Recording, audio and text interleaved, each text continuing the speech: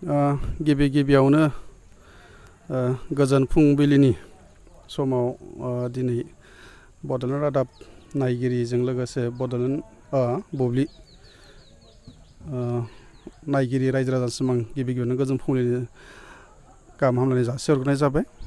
दिनै जोङो गेजेर जन दख'रा खौसेथि बर' सुबुं आफाद थामथि बोसोरसालिया लोगोसेनो गेजेर जनाय दख'रा दुलाराय बर' फरायसा आफादनि नैजिथि बोसोरसालिया आरो लोगोसेनो जोंहा गेजेर जनाय दख'रा दुलाराय आइजो अनसाय आफाद नैजिथि बोसोरसालिया जथुमा लोगोसेनो गाबोननि 16 अक्ट' नैजिथि जोनोम सानजों लोब्बा लाखिनानै गेजेर जनाय दख'रा गुदि बर' थुनलाइ आफादनि 35थि बोसोरसालिया जथुमा जों नैबे गेजेर जनाय दख'रा हालामाव निनो सिङाव थानाय नैबे 1 नं अल'नि गेजेर फरायसालिजों लोगोसे गुदि फरायसालि मोननैनिबो नैबे फरायसालियाव जों लांगोनायाव जों दिनै खुंफुंनो थाखाय लाहार फाहार खालामनाय जादों।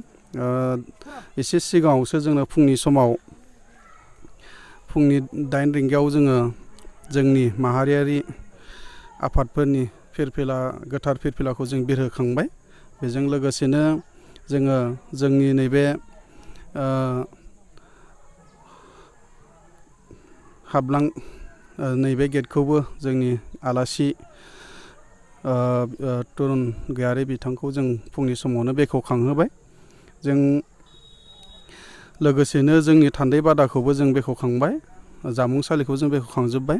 जों दिनैनि नैबे बोसोरारि जोंनि जि खुंफुंनाय नैबे जोंनि मेलाव जोंनि नैबे गेजेर दख'रा हालामनि गासै 58 खान बर' गामिफोरखौ जों दिनै बेयाव बाहागो लानो थाखाय खावलायदों आरो बे हिसाबैनो खावलायनाय हिसाबैनो गामिनिफ्रायबो गासै 20 खरि जों लेंहरनाय लेखायैनो बिथांमोनाबो दिनै लैहोर लैहोर फैदों। जों सानो जोंनि थांनाय समफ्राव मावलांनाय जोंनि नैबे बिबाननि समाव दिनै आरो फैगौ समाव जों मा मावबावनांगोन, दिनै जों मोनानि जोंनि गेजेर जनाय खौसेथि बर' सुबुं आफादनि बेलासे 5 रिंगानिफ्राय जोंनि थान्दै मेला जागायगोन। जों बेयाव जोंनि नैबे ओनसोलनि मावनो गोनां हाबा हुखाफोरखौ दिनै जोङो रायजोजों सावरायनायनि गेजेरजों मावलांबाय थागोन आरो इयुन समफोराव जों माबायदि सांग्रांथि मेल लानांगोन आरो बे सांग्रांथि मेलनि गेजेरजों जोङो जोंनि नैबे ओनसोलनि जौगानायनि सायाव जों माबायदि जों हाबाफारिखौ लालाङोबा जों मावफुंलांनो हागोन, जों बिनिबो माखासे बोसोनखौ जों दिनै नैबे थान्दै मेलनि गेजेरजों जोङो लागोन आरो जोंनि थांनाय समफ्राव गोबां मावबोनायफोरखौबो जों दिनै रायजो राजानो फोरमायगोन। निस्सय रायजो राजाफ्रा जोंनि नैबे मावबोनायखौ नोजोर बोनानै बिथांमोना खोब गोजोननाय मोनगोन जों आसा खालामदों आफादनि जानानै। लोगोसेनो जोङो गासैबो नैबे 1 नं अल'नि गामिनि रायजो राजा बिथांमोनाबो जोंनि नैबे साननैनि हाबाफारिजों खुंफुंनो लानाय नैबे जोंनि मोनब्रैबो आफादनि जि खुंफुंनो लानाय बे मेलाव हयथ' बे रायजो राजा गोबां खस्थ' मोनगोन। बेनि थाखायबो आङो रायजो राजाखौ दिनैनि नैबे रादाबनि गेजेरजोंबो आङो जेन जोंनि नैबे मेलाव मोजाङै मोजां मावफुंनायनि थाखाय जों साबायखर बावगोन, बेखौनो आं बुंनानै बे समाव आङो फुंबिलिनि गासैनिसिम आं गाहाम हामलायनायखौ बावहरबाय। लोगोसे रादाब बुथुमगिरि नोंथांमोनसिमबो आंनि गोसो गोरबोनिफ्राय साबायखर बावबाय। दिनै गेजेर जनाय दख'रानि जेसेबांखिनि बर'नि माहारियारि आफादफोर दङ, जों दिनै जयैनो 1 नं उलुनिनि बे एमभि फरायसालियाव जोङो दिनै साननैनि हाबाफारि लानानै जों दिनै जथुमदों। दिनै जों फुंनिफ्रायनो बेहाय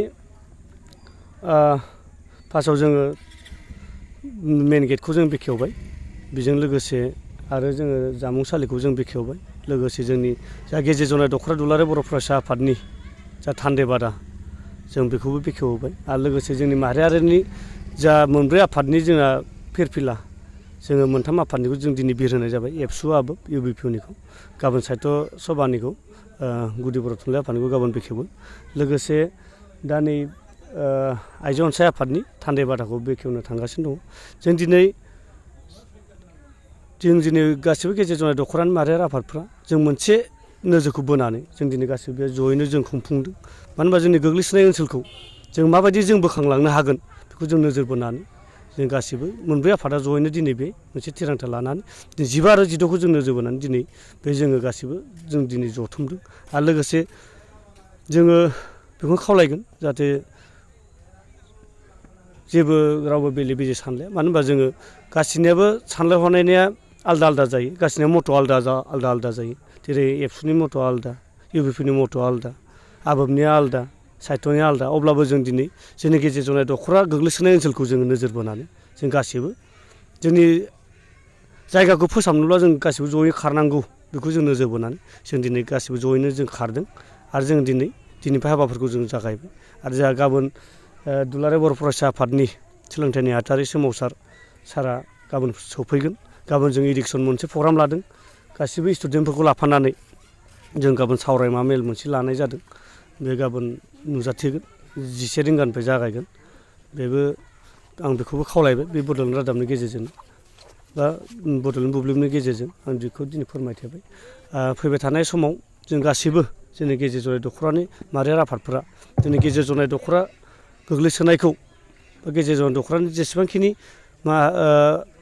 ओनसोलाव जोंनि हारिफोर दङ बा गुबुन हारिफोर दङ जों गासिबो बोखांलांजोबनो थाखाय जों मोनसे थांखि लादों।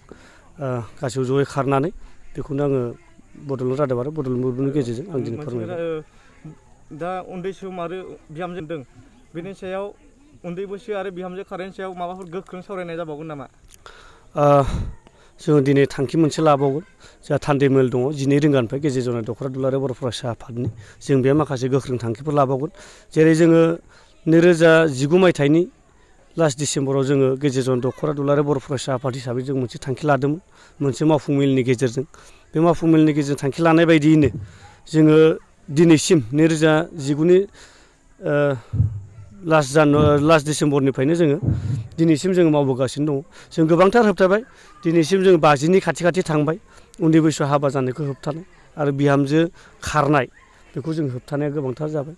बे हिसाबै जोंनि धेमाजि जिल्लायाव जोङो गिबिसिनै जों मावग्रोदोंमोन गेजेर जनाय दख'रा हिसाबै।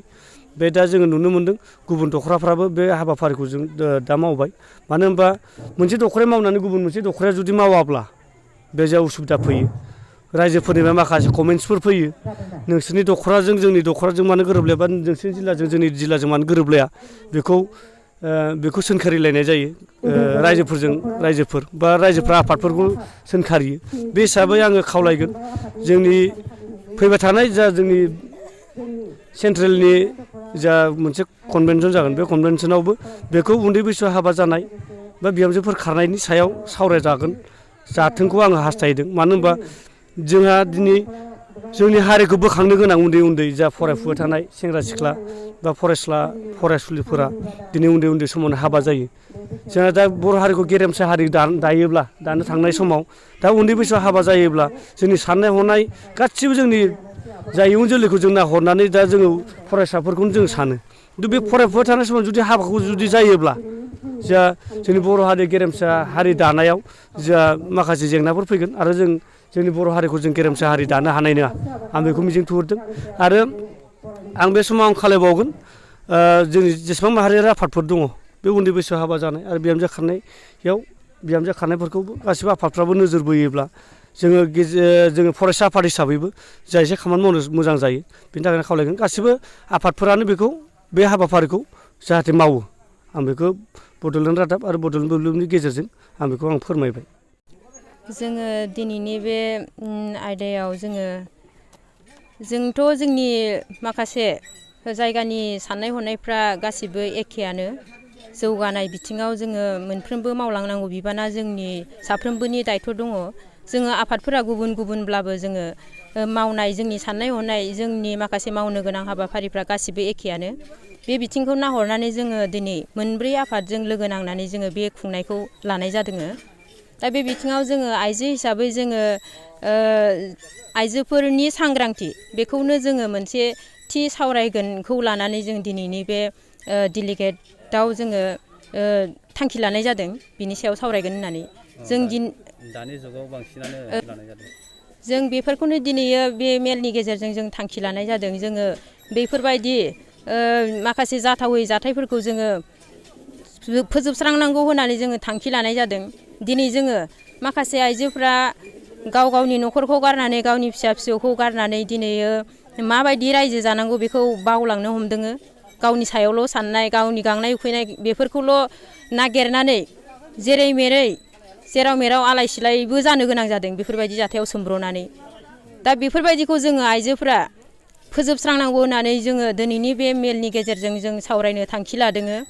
जेन उनफ्राव बेफोरबायदि गाज्रि जाथायफ्रा जेन जोंनि गेजेराव जानो मोना।